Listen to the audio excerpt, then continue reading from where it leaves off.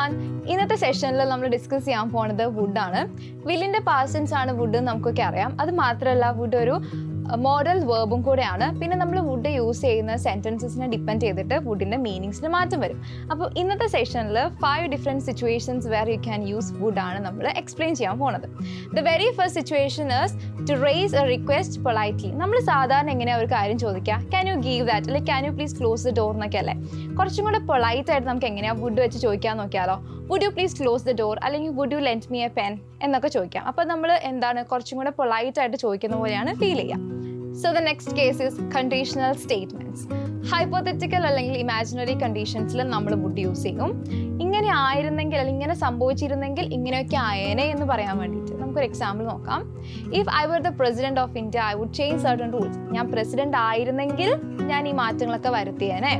ഇനി വേറൊരെണ്ണം നോക്കിയാലോ. If I had time I would visit the museum. എനിക്ക് സമയം ഉണ്ടായിരുന്നെങ്കിൽ ഞാൻ museum visit ചെയ്തേനെ.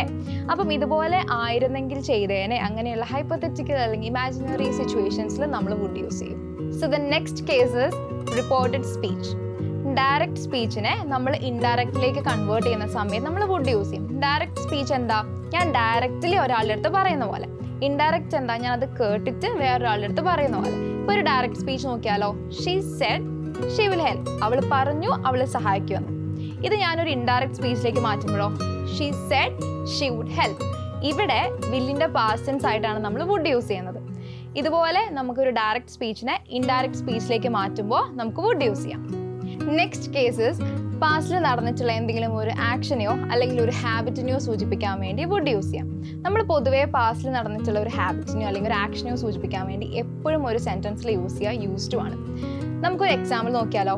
When I was in college, I used to play football. When I was in college, I would play football. അതായത് ഞാൻ കോളേജിലായിരുന്ന സമയത്ത് ഞാൻ ഫുട്ബോൾ കളിക്കുമായിരുന്നു.